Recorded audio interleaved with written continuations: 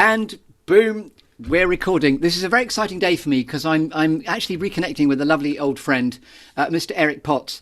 And I woke up this morning and I said to my wife, we've got royalty in the clearing because it's going to be Dame Eric Potts. And then Stan, who wasn't listening very well, said, who's Derek Potts?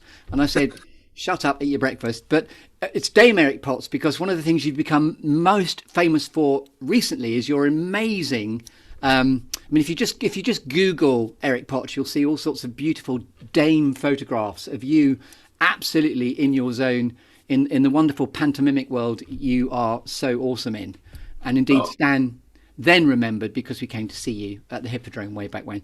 But anyway, I'm very excited because we're reconnecting because we were also at drama school together at the Bristol Old Vic Theatre School all those years ago. So, ladies and gentlemen, would you please welcome to the clearing Eric Potts. Hello. Hurrah, hooray, hooroo. And so, how's morale? How are you today, Eric? Good. Plodding on, as we all are, through these somewhat bizarre times. But yeah, I'm good, mate. And lovely to see you too. And just thinking about today, all the fantastic memories that we will, I dare say, we'll touch on over the next few minutes. Lovely. A couple of old fruity actors talking about the good old days, which is what we love. Lovely. Yes, so we were at the Old Vic, and indeed, just today, I like to Google people before I start. I knew who you were anyway, and I said, no, it's not Eric, it's not Derek, it's Eric, obviously, I said to Stan after the slap at breakfast. And there are some, what's really funny on the sort of the interweb, I found a fantastic photograph of you on a website called itsbehindyu.com, which I was slightly nervous about clicking through to for obvious reasons. Thank God you got the right one. Thank God I got the right one. But you're a Scottish actor, writer, director. And I did say I feel very honoured because you're the first person of recent times. Well, you are the first person that's actually on Wikipedia as well as being a Scottish actor, writer, director. And of course, you've been in Coronation Street, Brookside. I know in Coronation Street, you were an eccentric baker called Diggory Compton. But anyway, we'll talk about all sorts of things. This is just a very exciting moment to have you in the clearing. So welcome to the clearing in the Good Listening To podcast, Eric Potts. Thank you. It's lovely here. You've done it up beautifully. Thank you, dear. So what does a clearing look like or feel like, or what is a clearing for you? Where do you go to get clutter free? Well, yeah, I was thinking about this, and I was brought up by the sea.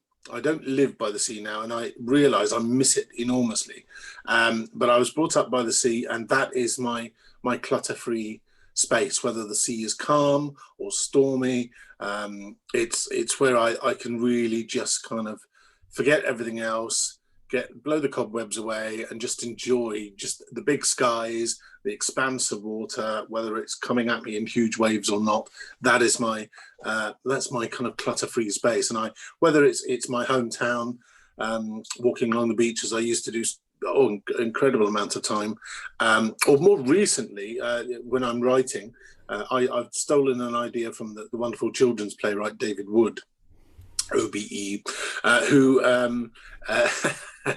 told me that when he got a commission to write something, he would go to a very expensive hotel, Freudian, very expensive hotel on the seafront at Sidmouth in Devon.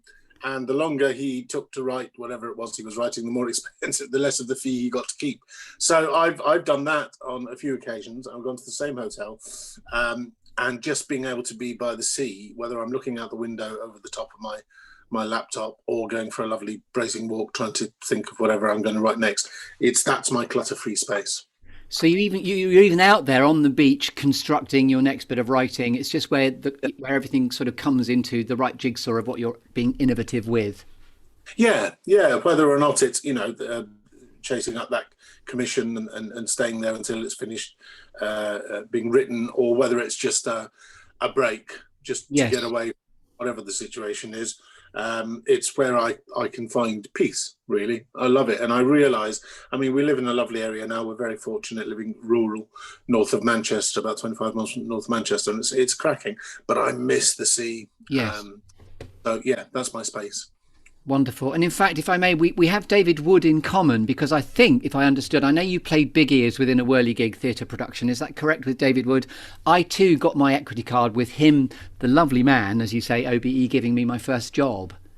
Oh, he's fantastic. I did what did I do? I did one tour for his sadly unfunded now whirligig theatre company. Yeah. Uh, Shellfish playing the Great Slick. Yes, I was an oil slick, boys and girls, and that was just fantastic learning experience. Great fun. Still in touch with a lot of the people that were in that, and then I did a few things for him, non-whirligig. One of which was playing Big Ears in Noddy, which was an interesting year.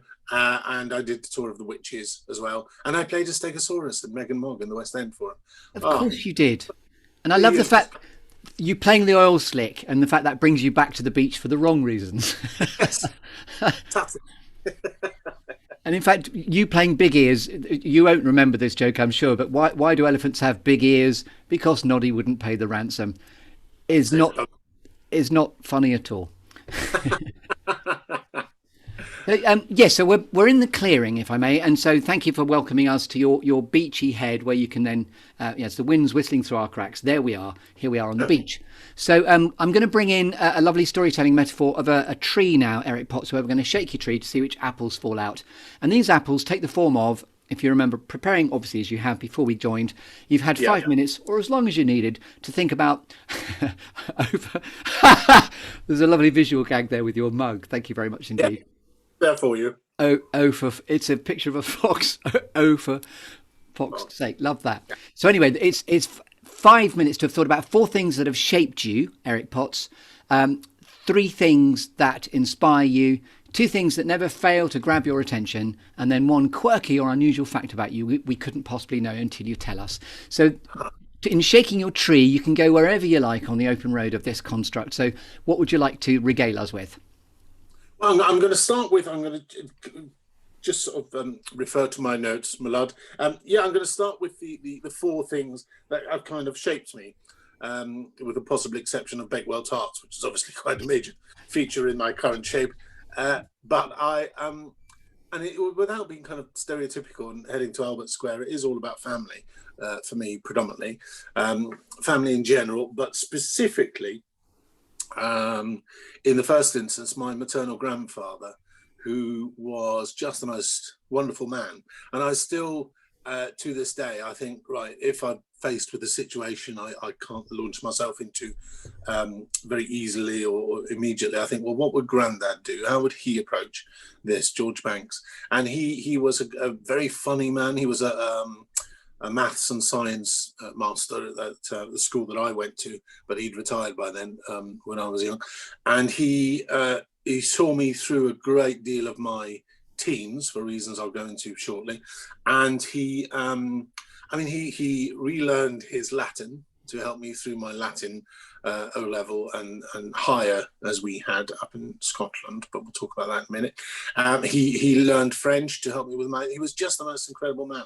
And he was fun, and he was kind, he was gentle, he was compassionate. And I still think, what would he have done? What would he have done? Why did he help me through a lot of my teens? This, I think, is the second thing that has shaken me, is the loss of my father on my 13th birthday. He died at the age of 43, and obviously literally on that day, becoming a teen, it shaped me enormously. Left with my mum, my younger brother, who was 2 years younger, which caused, because as a teen, as a boy, you think, okay, well, I'm now the man of the house. I must, help mum and take responsibility, which of course my 11-year-old brother didn't take hugely kindly to. So we had a few problem years in our teens where we didn't communicate really terribly well.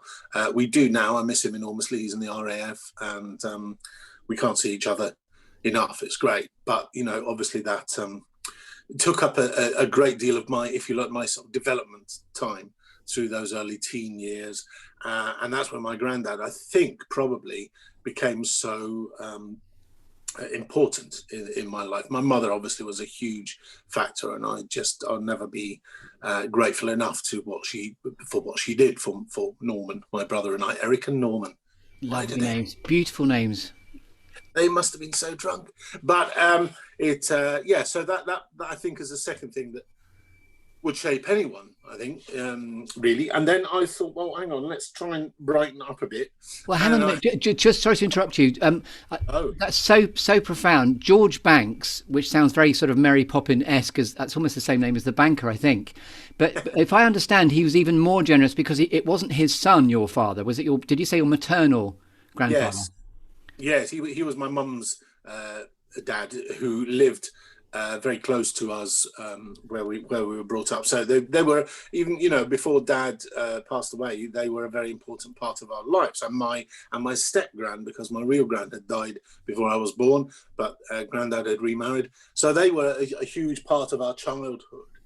And then when Dad went, he really, you know, both myself and my brother, he really stepped up to the plate and was phenomenal.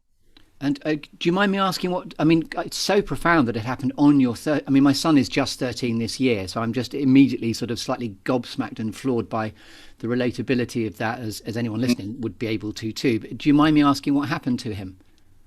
Yeah, it was a heart attack. It was a heart attack. I bizarrely, why I'm sitting here the shape I am, although I'm better than I used to be. He wasn't as big as me, but he was, you know, he wasn't stick thin, and he had been was on the process of giving up smoking, of course, which was so prevalent then. This would be mid-70s. And he had been trying to get himself into a better shape, a better place. So he was giving up smoking, and he had started going to the gym at the local leisure centre, and it just seems to have been too much too soon. And I'd gone with him to the gym, where I just, you know, prattted about on a bike or whatever while he did whatever the proper stuff was. And for the first time, because we went each week, he sent me out at the end, said, on you go and get changed, I'll be up in a minute. And I thought, oh, all right, that was funny. And then sure enough, I was lingering in the foyer of this huge leisure centre in my hometown. And got a call over the tannoy to go to somewhere or other, and he'd had his first heart attack in the gym, and then the second fatal heart attack during the night. Now this is a strange thing, and I swear to you, it's true. I'm not a great believer in all things mystical and whatnot, but this is true. I had known for several years exactly the situation and the words that would be used to tell me of my father's death. And when I woke up early morning, and I was in my bed, bedroom door was partially open, the hall light was on, and I woke up and I saw that, and I thought, I know what this is. And Mum came in, and I'm getting emotional here, and I mouthed the words with her. Sorry. No. I want to talk about it. It's just, you know, bringing it back. I knew exactly the words she was going to say. I literally lay in bed and mouthed the words with her. Eric, boys, because I shared bedroom with my brother. Boys, I've got the most awful news to tell you. And I, whether it had been a dream, pull yourself together, man. Whether it had been a dream or a daydream or something, I had that scenario in my head for about 3-4 years previously, and I didn't know what it was. It never developed. I just knew that bit. So yeah, God bless him. He was a great father, great influence on me, great fun, but yeah, sadly taken on my 13th birthday on the 13th of September. So I don't do a lot of 13s. I still, if I see a 13, even down to things like on that day, because everything had been prepared obviously for my birthday the night before, and we still kind of progressed as much as we could do. Among other presents and gifts, I received £13 in cash. It was all, the 13s just kept on adding up. And I thought, oh God. So I still don't do 13s very much, and I avoid them, which is, you know, probably silly, but it's kind of embedded in there. So sorry, I got a bit emotional. No, not at all. That's I suppose it has shaped me. It has made me part of what I am. And just before we move on, do you mind? We just have one other question. I'm burning to ask you off what you've just said, but in terms of your rationale of that sort of second sight, with hindsight now, what is your rationale of how that might have come about? Is it connected to faith, or what is it? I don't know. I mean, I was brought up, we went to church and everything, but I was never particularly, I am not particularly religious now. Mm. And so it wasn't that, it hasn't happened to me since. It hasn't, I haven't experienced anything else. That was the only thing. And at the time, as I say, until that fateful day, I didn't know what it was. I don't know why it kept coming. It was like a recurring dream. Yes. And you think, what's that all about? It was the same as you have a recurring dream of running naked down the road or something. It was unexplainable. Yes. But the minute I opened my eyes on that morning, I knew exactly what was going to happen. Mm. So yeah, I really can't.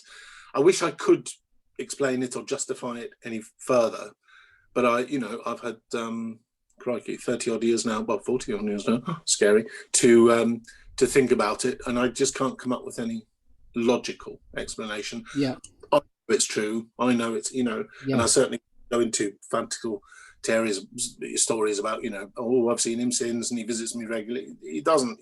That's the only thing. Yes. That was a most bizarre event. It's the most profound story, Eric, and it's a privilege. Thank you for disclosing that. I just thought that was just amazing. Thank you. Wonderful. So thank you for that. So where would you like to go next? Well, my next thing that kind of shaped me, I think I've still got two more. I've waffled on a bit. I'll make up. The next one was a slightly bizarre one. Was my first experience of 3 at the National Youth Theatre in London. When I was 15, so 2 years after Dad had died, I was allowed out on my own. And for the first time I left, and it wasn't a tiny little village on the west coast of Scotland, it was a nice little town. But I was sent off to London, stay in a hostel, which was used by a lot of the National Youth Theatre attendees.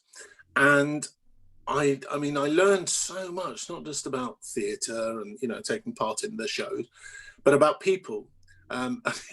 It sounded daft, but because of where I was brought up, I got to London and I saw in my group of people that were taking part in this particular production my first punk. I'd never experienced a punk before, and I thought, oh crikey, right, what do I do here? And of course, she was the loveliest person. We became best friends after half an hour. But I just learned so much about people, respect, interaction, and again, I'm still friends with people. Something you just said there, we became best friends within half an hour. I have to say that is something I don't doubt recurs in your life, because when I met you at drama school, you were the year above me, and I honestly, I was so struck with your generosity of spirit and how easy and relatable you always are. Thank you, mate. I appreciate that. I do love people, and I'm not going to lie. As I've got older, my my gorgeous wife reminds me on a semi-regular basis that my tutting muscles are getting a good workout on a particular. Oh, you're giving a good workout today, love. Oh, come on. But I do still love people, and I'm preempting myself here because that was something later on. But yeah, I love people, and I love learning from people, and just sharing, because we've only got a certain number of years, as was made very clear to me at a young age. Yes. So we've got to take as much from it as we can. At the same time, we've got to put as much into it as we can. So that experience at the National Youth Theatre, I just soaked up.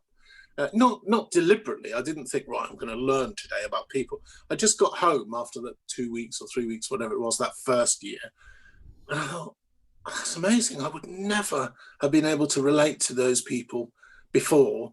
Different types of people, different races. Of course, the west coast of Scotland at that time was not known for its multiculturalism, so it was a new experience, and that was fantastic. And that I think has shaped me. It was like you found it, almost like found a calling in the idea of just the arena of theatre and connection and communication and loving people. Yeah, exactly, and storytelling and being present, which is obviously something you do again and again and again. It's exactly. I mean, the actual production, the creative process was great. We worked with the director. I'm not sure if you know Bill Buffery, based down in Devon now. Yeah. He was our course leader, a lovely man. We're still in touch on the dreaded Facebook, of course. And he was great and inspiring. We had a great time putting together the show about World War II. So the creative process was great, but actually the living process and the discovery process of just people and relationships and respect and everything was brilliant. I loved it. And my last thing, sorry. I was going to say that what's so ironic and what's so beautiful about what you're really being articulate about is the tragedy of how, the arts and theatre and everything that we know instinctively is so profoundly important to society about it is almost being sort of sidelined at the moment as we go through this awful current period.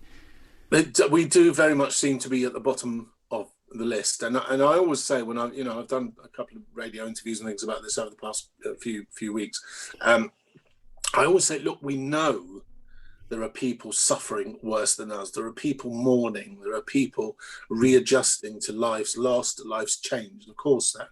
But the arts has been such a vital part of this country's culture for so long that for it suddenly, both inspirationally and financially, when we get down to the nitty gritty, to have been treated so poorly in comparison to Pret, for example, and further down, you know what I mean? And what's lovely, there's no victimhood in what we're stating here. There's this idea of, where everybody went during lockdown was to entertainment, actually. The binge watching XYZ on, the profoundly brilliant platforms of Netflix, etc., etc. But it's all about entertainment.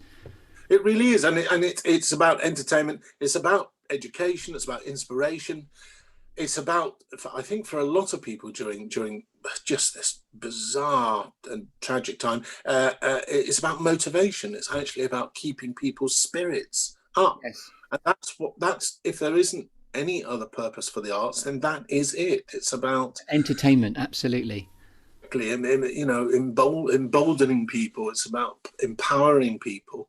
Well, and as you talked about, the whole notion of theatre was emboldening you back in the day because you're coming from a more remote part of Scotland into the arena of, wow, and I love that idea of meeting your first punk and the psychology of a first impression and, a bit of unconscious bias in there. And then you befriend, as we, a recurring theme is connection. Yeah, that you know what, nail on the head. Connection is exactly it. And it's something that I have taken forward from that moment as well. There was a profound spectacle in your ability to connect. I noticed when I brought Stan to the pantomime at the Hippodrome here in Bristol, where I live, and I remember you were the most generous person on stage anyway in how you are, because I've been on stage with you too. That's something that I feel blessed to have been able to share that. But afterwards, I remember the extraordinary regalia of being a Dane, which I hope we'll talk about as well, because your costumes are so wonderfully larger than life, as one is when one is a pantomime dame.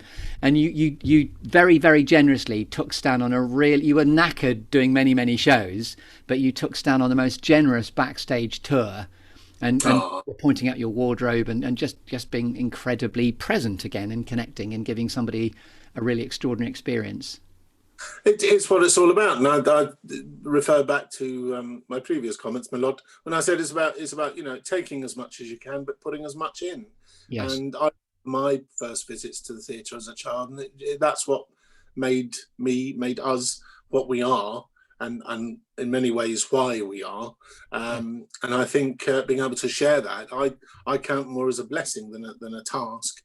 I'm really honoured. I consider it such an honour to be a very, very small cog in the great wheel of pantomime damery. And I look back at the names of people that have done it before me, and I just think just to be on that list, and part of that incredible tradition. And it's bizarre, when we were tootling around the country on our little tour after Bristol Theatre School, never did I think that pantomime would become such a major part of my life, but it really is. Apart from anything else, I love it. I'm very lucky to do it.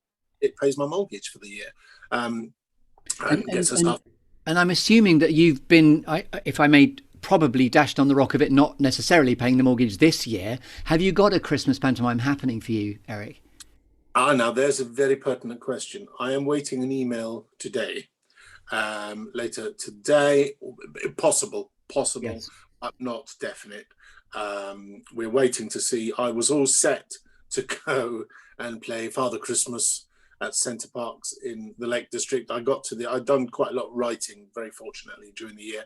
So I then sort of got to the end of all that, and some of it was paying and some of it wasn't. And I thought, well, actually, I need to do something now, because not doing Panto is going to be A, odd, and B, financially concerning. So bless them, the lovely people at Centre Parks, I went and had a great meeting, and they offered me the job of Father Christmas up there. And I was kind of all set to go and do that. And then I got a phone call a couple of weeks ago saying, are you free? We think we're going to be able to do something. So I said, yes, I am. And I maybe took a bit of a punt, but I hope it'll be the right decision, in that I thanked Centre Parks but withdrew my my offer of ho-ho-hoing. And I'm literally waiting to hear today, tomorrow, about the possibility of a panto. It'll be a very different feel. I've been told it's a 1 hour 15 show straight through, no, of course. But it would be wonderful if we could safely do it. And by say we and safely, I mean us on stage and, of course, everyone else off stage. Yes, yeah. So fingers crossed. And I just so commend you for your ability to, there's that spin on the Darwin quote. It's not the survival of the fittest, it's the survival of the most adaptive and flexible. And the fact that you were going to lean in and flex and go and be Father Christmas at Centre Parks, you'd be the best Father Christmas on the planet. And yet you belong in a different spotlight, actually. Yeah, it's funny. And, when I had the meeting with them at Centre Parks, I said, look, you've seen my CV. This isn't my norm. I'm not going to lie to you. I wouldn't be doing this in any other year, not in any way belittling what it is you're doing and the magic that you're bringing, but it's just not what I or my bank manager is expecting me to be doing this Christmas. And they were, actually, I have to say, they were great. The manager chap up there was really good, really supportive. But as the bottom line is, we're all paying the same gas bill. We're all to achieve and fulfill and provide. And I know your grandfather wasn't your bank manager, but the idea of George Banks has come back into my mind again. When did your grandfather leave us, by the way? Or maybe he hasn't, but sorry. No, he has, yes. It was during the tour of Noddy. I remember being in Norwich, I think possibly dressed as Big Ears, when I got a message. But I very quickly, we got time for me to waffle on about this. Eric, this is the joy. You can waffle to your heart's content. Bless you. He was a wonderful man, born in a little village called Dreghorn, which I always think is a bit like a cosplay character or something, isn't it? Dreghorn. In fact, I've reversed it and used it in a couple of scripts. Horndreg. I have you. Anyway, he was born in this little village, which he never left. He was born in 1901, and he was the first person to be christened in the Dreghorn and Pearston Parish Church. And he lived until he was 84. So, yeah, that's right. So when he died, to cut the story short, is that this church had closed 2 weeks before his death, and they reopened it to hold his funeral. So he was the first in and the last out, we always said. He had a remarkable sense of humour. He really did. So that was kind of significant and magical. And for example, he was the first person in the village to have a car. He was a schoolmaster, and he was the first bit. And people used to come, and he said the weekend he'd have queues of people just wanting to drive up the main street in his old whatever it was. I can't remember, Austin or whatever. But he was kind of not a leader in the village, but certainly a respected figure. And the bizarre, I'll finish that tale. The bizarre thing about that church is having a granddad having been the first person christened in it and the last funeral to be held in, or the last event to be held in, that church is now in a theme park in Japan. What, brick by brick, they dismantled it? Brick by brick. They took it over there, and if you Google it, the Dreghorn and Pearston Parish Church, you'll see it's now a wedding chapel in this odd theme park in Japan. So it lived on. And I love the fact your grandfather never left the village in which he was born and died, but he's now in Japan. Yeah, exactly. His legacy is, just outside Tokyo. It's fantastic. Yeah, but I mean, of course, that was the norm, wasn't it? In those days, he had a great life, and he travelled, not so much European as people didn't then. But I just think of the century that he lived through, from change, horse and carts to Man on the Moon. And he was a maths and science teacher. Everything just intrigued him. And I, sitting here talking to you through this iPad, he would have been amazed. He would have wanted to have known everything about it. So yeah, I mean, what a century to But also, you've just come up with a glorious title there: Horse and Cart to Man on the Moon by Eric Potts. You can copyright that here. Wonderful. This is a lovely. I love the fact I'm really enjoying the general eclectic ramble of where we're going. So to bring you back into the clearing now, yes. Where are we up to? Where are we? Oh crikey! Well, shall I do my 3 things that inspire me? Yes, please. Good. Again, no, I'm going to score out Bakewell tarts because they just. You've mentioned them twice, so I'll send you a box of tarts. Shouldn't be there. The first thing again is family, but my family as opposed to my family in the past. Oh, sorry, I'm in portrait. So I'm blessed with a wonderful wife, 2 glorious daughters, and Cavachon, and they just inspire me. They are my reason for being. I met Jackie, my wife. We've been married 32 years now. Congratulations. What's the old joke? I would have been out by now if I'd murdered her on the wedding. But we met, I think, probably about the week before I left to go to college in Bristol, which was really convenient. And she was finishing off her degree at Glasgow University, and then she went up to Aberdeen to do her postgrad teacher training. Further away. Exactly. Yeah, we thought, well, look, if we can survive that and the 17.5-hour National Express coach journeys between Bristol and Aberdeen, which we kind of did on a semi-regular basis, we thought, well, we can survive anything. So bless her, she's just great. She's a primary school head teacher, works so hard, has been working constantly, of course, through the pandemic, and she's blessed me with 2 fantastic daughters, Hannah, who's 26, Isla, who's 24. Easy, she'll test you on that. Actually, Hannah's 27 now. That's where I've gone wrong. Yeah. And Hannah trained as an opera singer up in the Conservatoire in Glasgow. This is the most incredible voice. I don't know where it's come from. And then decided she wanted to do some acting as well. I think. If I may just say, pish and tush, you have an extraordinary voice. I remember that. So yeah, look, I haven't done any sort of real. I played Mr. Peachum a couple of years ago, which was lovely. Excuse me, I'm just going to have a quick fog. And it's a lovely recurring visual gag, which is crap for a podcast, I know. But you keep holding up this mug, which says "O" with a picture of a fox. O for fox. It's a great mug.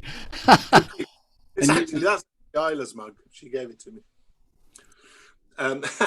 So yeah, Hannah is great, and her strength of character is amazing. I think I don't know much about the world of opera, but it would seem, and I'm more than happy to be corrected by anyone watching the podcast, it would seem there's quite a lot of politics in the world of opera and a little bit of backstabby type thing. So Hannah sort of thought, there's none of that in theatre, dear, is there? No, my God, if only everyone else was as perfect as we are.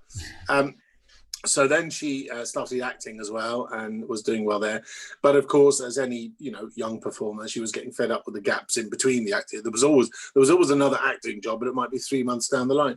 And she thought, I can't be doing with this. So she's actually, she's always had a real interest and passion in hair and hairdressing. So she's now following Mr. Sunak's advice and is retraining as a hairdresser, and has been since before the lockdown. She's just about to graduate from the course, the college she's attending in Manchester, and is loving it, is really loving it. And she's great at it. And it means I don't have to pay for a haircut anymore, which is the main result we've all been looking for.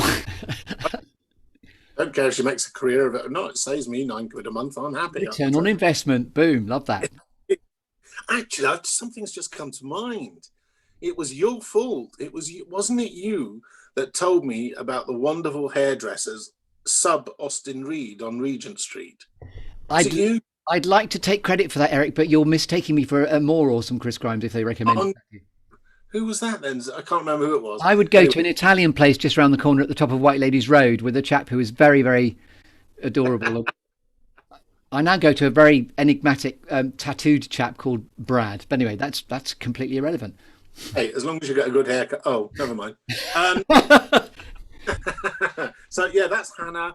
Isla is working as an employment law consultant. She, much to my delight, studied at the University of West of England in Bristol, having gone to visit the city, when I was there doing panto at the Hippodrome or whatever.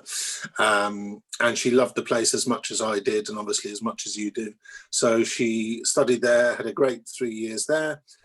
So she's working very hard at this company called Peninsula in Manchester. And when the office building was just being constructed, there was a big sign up. And I think Isla was probably about 13 or 14. And she, I want to get this right, she looked at the sign as we drove past it one day and said, "What's Venezuela?" And it was Peninsula. And then all these years later, that's where she's ended up working. So it's kind of bizarre. So she's great. You know what I love about that is signposting. There's an adage I've struck on recently, which is what's meant for you won't pass you by. And the idea that she comes back to the sign. So, and your life has been a lot of signs, actually. I like that. The sign of, yes, sorry. Yeah, no, that's a good point. Fair point. So they're great. They're obviously we're at home all together in our little bubble, and they inspire me very much. And I was thinking about a specific thing. I did the very long summer season, very enjoyable summer season, up at the beautiful Theatre by the Lake in Keswick last year, doing 3 plays. But we started rehearsing on the 1st of April and we closed on the 2nd of November. It was a long old gig. But I was quite glad Jackie, my wife, had said, "Look, take it and stop," because I've been dashing around an awful lot the previous years. And and by the way, your dashing around is partly because you're very, very in demand. Is it? Excuse me if I'm getting this wrong, but is it Kudos Entertainment where you are just Captain Pantomime? You just are writing stuff, developing stuff. Yeah, well, Kudos now I write. Kudos now I dame and direct for. Previously, up until 3 years ago, there was a wonderful company in the pantomime field called First Family Entertainment. Was set up by a wonderful man, a good friend of mine, Kevin Wood, who previously had run Kevin Wood Pantomimes, and I'd worked for him down at the Marlow in Canterbury. And he was appointed chief executive of this company, and I was brought in, and I ended up being, chief scriptwriter, creative director. So I wrote practically all the scripts, which some years was up to kind of like 16 scripts. But it was great, really great team. I say I wrote them, I put the words on paper, but everyone else made them come to life. A really great team, high quality, big shows like the Hippodrome in Bristol, the Opera House in Manchester, the Wimbledon Theatre, but all Brighton, all over, Glasgow Theatre, King's Theatre. And so, were you a dame already at this point when you met? There's a surname Wood again, which has occurred. There was David Wood at the beginning, and then another Wood. And his brother Wood was a producer of Coronation Street when I was in that. It's kind of bizarre. So the question was about which, and maybe you're going to get onto this later, but at the point at which you came into the clearing, if you like, to become a dame, which is such a wonderful skill to be able to do. Well, that was started earlier through another wonderful man called Kenneth Allen Taylor, who used to be artistic director of the Coliseum Theatre in Oldham and then the Nottingham Playhouse. And he had, I don't know if you remember, dear boy, when we were at Bristol Vic, we used to get these guest directors who would come in and do mock auditions. And Kenneth was one of them. And I can't remember what pieces I did or whatever, but he gave me very good feedback and said, "Oh, we must get you up to the Coliseum in Oldham at some point and do something." Which was, very exciting. But then I was on tour with something, I can't remember what it was. It might well have been The Witches or something. And I was at Nottingham Theatre Royal. And at that point, Kenneth was artistic director of the Playhouse. So I literally dropped a little handwritten note at the stage door saying, "I don't know if you remember me, you saw me at Bristol, but I'd finished this tour in August and I'd love to do panto," because up until that point, I hadn't done panto. I'd done lots of Christmas shows, but not panto. And literally the next day, I got a phone call from my agent saying, "Oh, you've been offered Baron Hardup in Cinderella at Nottingham Playhouse. So the first 3 years of my panto life, I played, as any self-respecting 25-year-old actor would, I played the old man parts, the Baron Hardup and the Alderman Fitzwarren and all that. Yeah. And he was the Dame, and you couldn't hope to learn any more from anyone. It was just a masterclass in Dame. He also wrote and directed the shows. And then he was going to stay and do. Sorry, this is a very long story. He was going to. It reminds me again of what's meant for you won't pass you by. The fact you're in that building, and I love your just the humility of. I don't know if you'll remember me. Of course, he's going to remember you. Bless you. Yeah. So he stayed at Nottingham to do Dame, but he also got the panto gig at Oldham. So I went up to the Coliseum in Oldham, which has played a major part of my life, my career, and did Dame there for the first time, for the first few years. And was that like an epiphany when you did the Dame? Because that's really finding your calling almost, isn't it? Well, it was really, and I was very nervous because I'd had a lot to follow in the footsteps of Ken Allen Taylor, who's just the most fantastic, natural, northern Les Dawson-esque type Dame. So it was a case of putting in practice what he taught me without directly copying everything he did, which seemed to work. I bluffed my way through, and the rest is history. And then I, of course, went when the opportunity arose into the commercial panto field for no other reason, dear listeners, than bigger money, of course. Yeah. And I started writing. And then, having written and damed for a few years, I then started directing and daming as well, probably having written it as well. One of the other recent guests to me is a chap called John Money, who I know you know. And interestingly, he had his own sort of apprenticeship, if you will, with Chris Harris as a dame. And I know it's your circuit, so I'm sure you must know each other and Chris Harris as well. Yeah, Chris Harris. I remember Chris, of course, from Bristol, Vic. He used to come in and do. Lovely man, and a great Dame over at the Theatre Royal in Bath.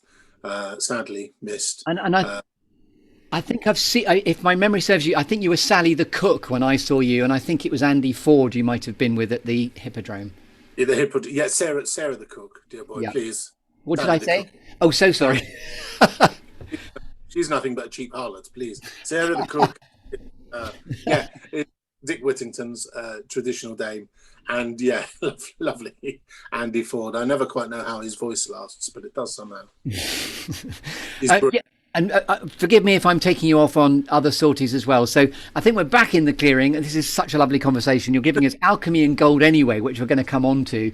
And anything else you want to tell about what's inspired you, or because you talked about your lovely daughters?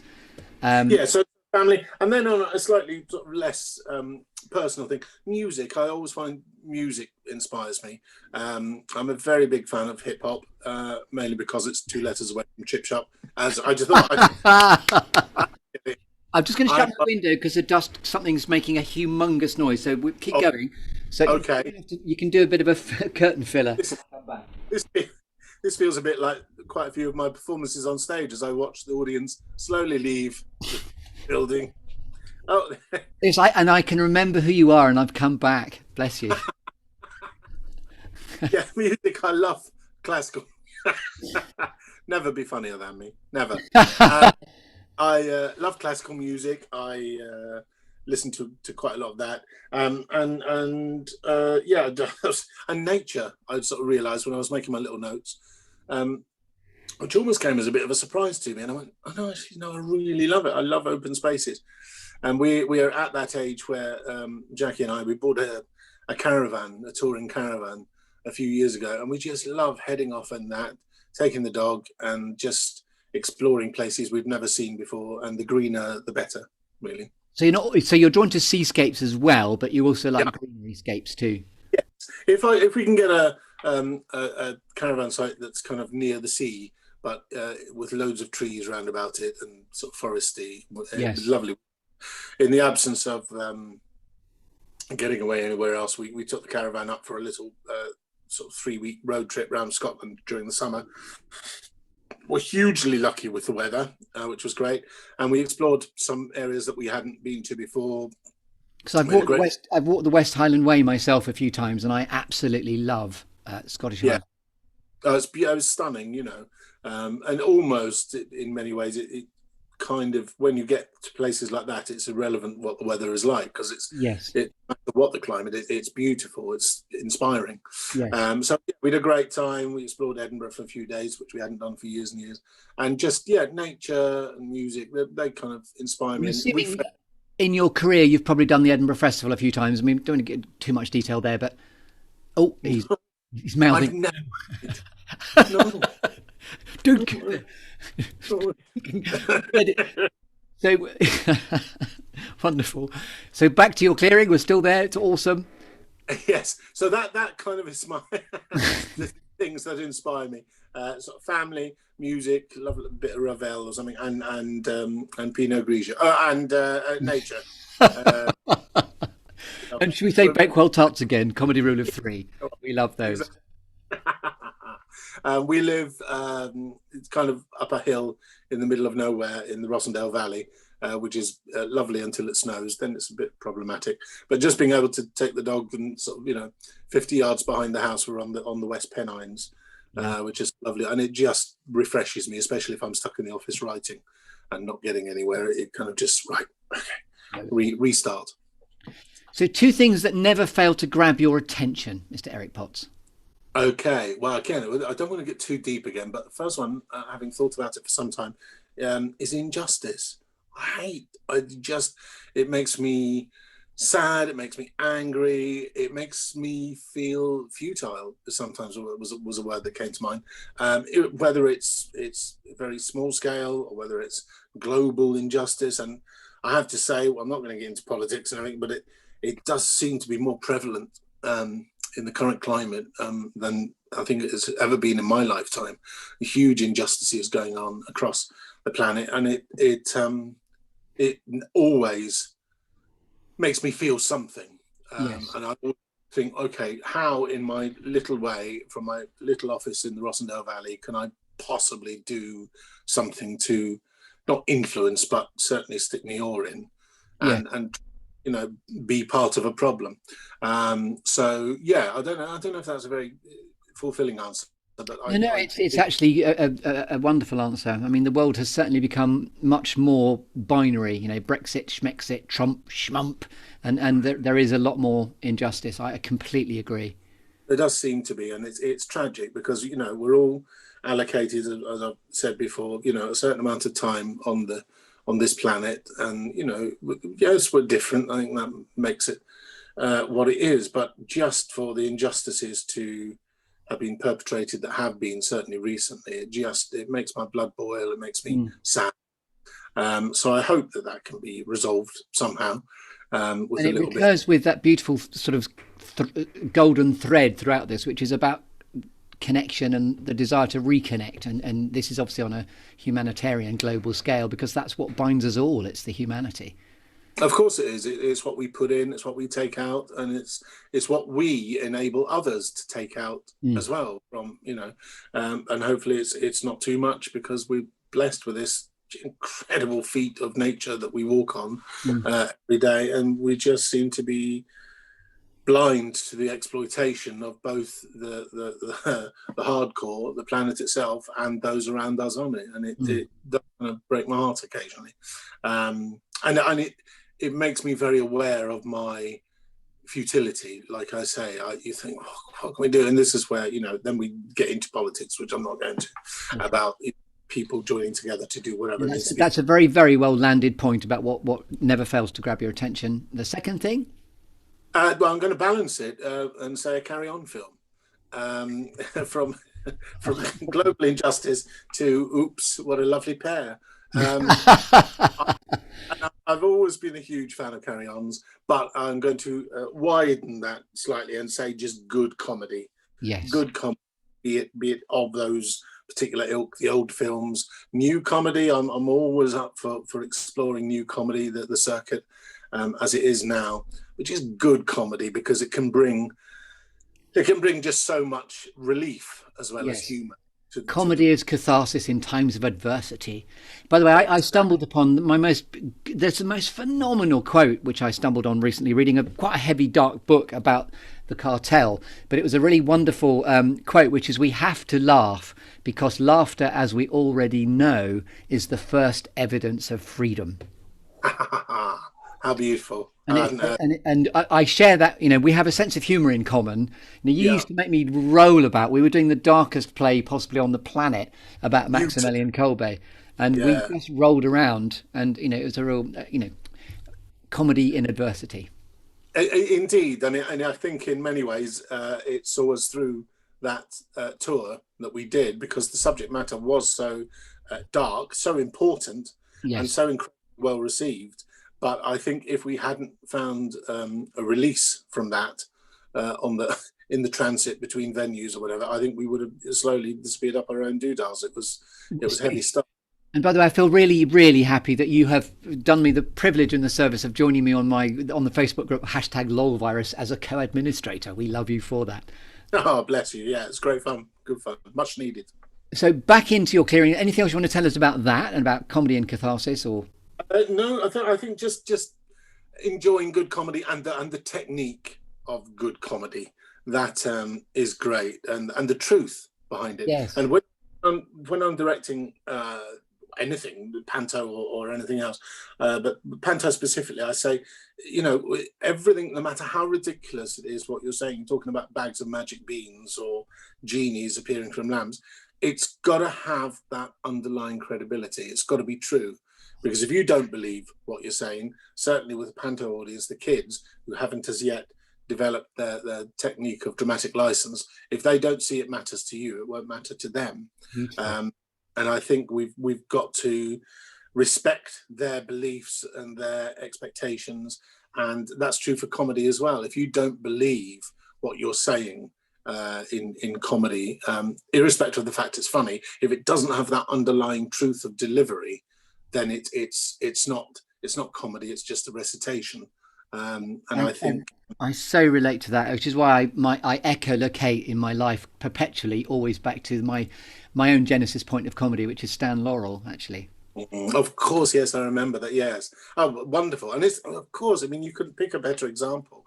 The pair of them, just the truth of every situation, whether it's getting a piano up a ridiculous stairs or selling fish or whatever. It's the truth that this is their way out of their lives. They were always searching for something new, weren't they? Something positive. And it's that belief that everything around them mattered that makes it funny. If it didn't matter to them, we wouldn't care. Same with Abbott and Costello. Everything mattered to them. And Stan Laurel, of course, yes, another famed Scotsman. I think you'll find Ulverston in Lancashire. It was where he was born, wasn't it? His father was up in Glasgow, yeah. Yes, you've got me on a technicality there. You're quite right. What you said was right. Right, you're right. He spent a lot of time in Glasgow, but he was from Ulverston, wasn't he, originally? And a quirky or unusual fact about you before we talk about Alchemy and Gold. So you've told us lovely stuff already, but what's a quirky or unusual fact about you, Eric Potts, that we couldn't possibly know until you tell us? I don't have any nails on my little toes. I think we'll leave that there, shall we? So you can tell us more about that if you like, because it's lovely. It's brilliant. I've never had toenails on my little toes. They're bald. All my other toes, all the other 7 on each foot are fine, but on my little toes, there's no nail. Oh. Go figure. I love that. No one's ever said that in answer to that particular question, which is why I love the question. And the other thing bizarre, although we have mentioned it, talked about it, sorry Chris, is the fact that I think it's some kind of weird psychosis, but I go between accents. Of course, I am Scottish. When we hang up from this wonderful comedy fest, I will go through to make a cup of tea, and I immediately will start talking in my Scottish accent again, because that's what my family is. Whereas if I'm not hearing it, I suddenly become my work, what my girls call my work voice. But I have to concentrate. You do that daily then, literally almost leaving the office door, you go back into your being Scottish. Yes. When I used to work for First Family Entertainment, and the family would phone me in the office, I would immediately, because it's what I'm hearing, I would immediately go into my Caledonian accent, and the boss would go, "Oh, there's Eric, he's talking tartan again." So yeah, it's a bit of an odd thing, but I have to concentrate more when I'm not hearing it, like in discussion with you. I have to focus more to maintain my native accent, rather than how I'm speaking now. Which is a wonderful gift of your ability to connect again, because you're converging in order to then meet your audience. So get you. Yeah. Oh, God. I should ask for more. Yes. So it's been implicit throughout, but let me ask you about, well, now we've left the tree behind, which we've shaken beautifully. And in the clearing, there's some alchemy and some gold now. When you, lovely Mr. Eric Potts, are at purpose and in flow, what would you say the alchemy and the gold is? When are you at your most happy, would you say, in doing the job you love to do? When obviously it's more than a career. It's a passion, and I'm so blessed to be able to, I will say, blessed to be able to pay the gas bill doing something I love. And when I am at my happiest is when I am working with good people, which I am 90% of the time. Like every other career across the planet, you will always get the people that make you roll your eyes and whatever. But when I'm working with good people in whatever field, I get such a sense of fulfillment, and I love sharing the creativity with them, learning from them. And I've been so blessed over the years to work with some incredible people, both in panto and out, and just to share that process with people who I think possibly love their job as much as I do mine. That's the cherry on probably quite a large cake. And that's a great segue to where we're going next, because the cake is next, Eric. You've nearly won your cake. I love that. In fact, let's go with that segue. And by the way, what I love there is all you require of others is a passion too, and therefore there can be something to be learnt. Oh yeah, totally. And I don't know if you remember our lovely Rudy Shelley from Bristol. Yes. Just a wonderful man. But he, again, I remember so many of the things he said. But one of his, every job you've got to learn something from, whether it's good or bad, whether it's, I won't do that again. It doesn't matter. If you've learned from it, then it's wonderful. It's a job that has been worth doing. Yes, such profound lessons learnt from someone who is just so passionate. That's so extraordinary. In fact, there is a construct I'm working on where I'd like to invite you back later. It's called a G&T with me, CG, when I bring you back. And I'm sure we could have all sorts of other conversations about the halcyon days of Rudy Shelley, Nat Brenner. I interviewed John Hartock again recently as well, which was so lovely too. Wonderful to see. So, Eric, I'm going to award you with your cake now, and it can even be a passion cake if that's you like. So you can pick your flavour, and then we're going to put a cherry on the cake. And the cherry is another storytelling metaphor where we're going to invite you to interpret it as you would. It can be the best advice you've ever been given. It can be notes to a younger self. It could be an inspirational quote. However you'd like to interpret that, how would you like to leave us, Mr. Eric Potts, in this conversation?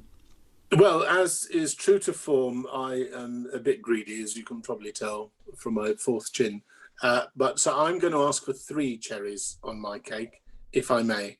You can. The first is something, and sadly I never, as we delved into, I didn't get the chance to hear many, but something my dad told me when I was probably about 11 or something. And it is, once you know the truth, never spend any more time than you have to with a liar, because that's time you will never get back. They are eating your life with stuff that isn't true. And just reposition that beautiful quote.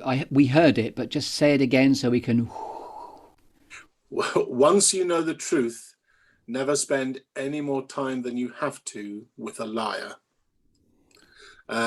Bless your lovely dad for that. Beautiful. Yeah, it's true. And, we all encounter people for whatever reason who delve a little in fantasy. And once you know that that's what it is, it's time spent listening to that fantasy is just time that you won't get back.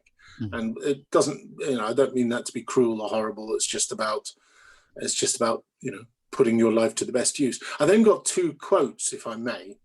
which I love, and I find them kind of inspiring. One of which is, "It'll be all right in the end. If it's not all right, it's not the end."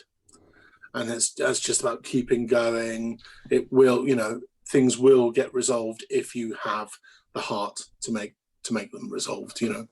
Again, so beautiful. Just say that again because it's just delicious. It'll be all right in the end. If it's not all right, it's not the end. Which I love.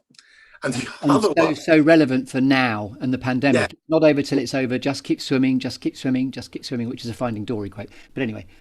it's beautiful, right? Practically Chekhovian. And the other one, rather bizarrely, is a quote from Muhammad Ali, which I discovered a few years ago, which again I love, which is, "Don't count the days, make the days count." Oh, Which is so simple, but so beautiful. I thought you were going to say "sting like a butterfly, float like a bee," or whatever it was, the other way around. But say that one again, because honestly, your three cherries are in the bank. I love that. Don't count the days, make the days count. Purpose, achievement, fulfillment. Eric Potts, you lovely man. Where can we find out more about you on the interweb? Yeah, well, I've got my little website, www.ericdpotts.com. Eric de Potts. So why's the D in there? I used to tell everyone, and I used to be able to keep it going for weeks, that it was Derek Potts. It's not, of course, it's Douglas. So yeah, ericdpotts.com. By the way, that's so lovely. I told you at the very beginning of this conversation, everyone's asleep now, they can't remember. But at the beginning, I said, I'm going to be speaking to Dame Eric Potts. And then Stan said, who's Derek Potts? So that's a test for if you're still listening. That happened at the beginning of the programme. The video you did with Stan a few weeks ago, I think when he was going back to school or whatever, it just made me howl. Just made me absolute howl. I loved it. Bless you for thank you. That means a lot, Eric. Lovely. So we're come. So anywhere else we can look at? So what's your next get? Well, we don't know where you're going to. I hope you get your phone call today, which is going to give you the news you richly deserve. But to your own point, if it ain't over, it's not over until it's over. Basically, that's why quotes are good, because I've just given a really bad rendition of sending it back to you. But luckily, we've got it in the bank because you said it twice. So if you press the record button, it should be there somewhere. So I have been plodding on, been doing right. I'm working with a totally different set of people on an online panto project, which will hopefully be coming to fruition in the next week or so. I've been bizarrely writing a script and some lyrics for a new musical called Unforgotten Heroes, which is set in Stafford in World War II, which I was approached by two brothers from Stafford. I used to do the Stafford Festival Shakespeare, which is kind of an open air Shakespeare production up at Stafford Castle, and I did 5 years of it. It was a most fantastic gig, and great to be able to perform these wonderful Shakespearean pieces, and got to know this particular family because I was there and they were there. And these two brothers, Joshua and Ollie Bennett, dropped me an email, I think March time, saying, "Oh, we're doing this, we fancy doing this, any chance you could come on board? We don't know what's going to, we haven't got anything commissioned, we just want to try it."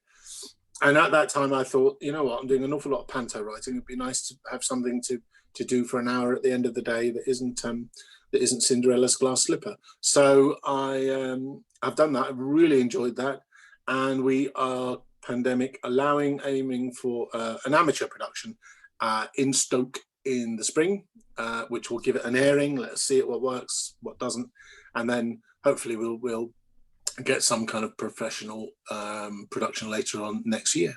But it's been really enjoyable and something totally different. And another beautiful thing about signage, what's meant for you won't pass you by. And just your ability to say yes and to stuff really resonates with my whole love of the mindset of yes and in comedy improvisation as well. So lovely.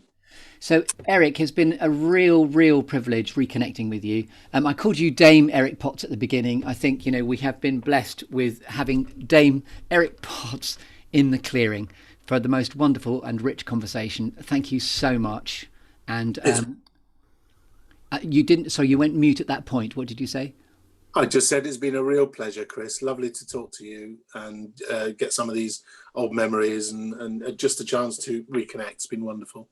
You too, and I will, to be continued, if you'd be kind enough to come back into the clearing for a G&T with me, CG, with cake, ovs, that would be my pleasure. That would be lovely. Goodbye, dear, and thank you very much, Lane Genmin. You've been listening to the Good Listening To podcast. This has been Eric Potts. Goodbye.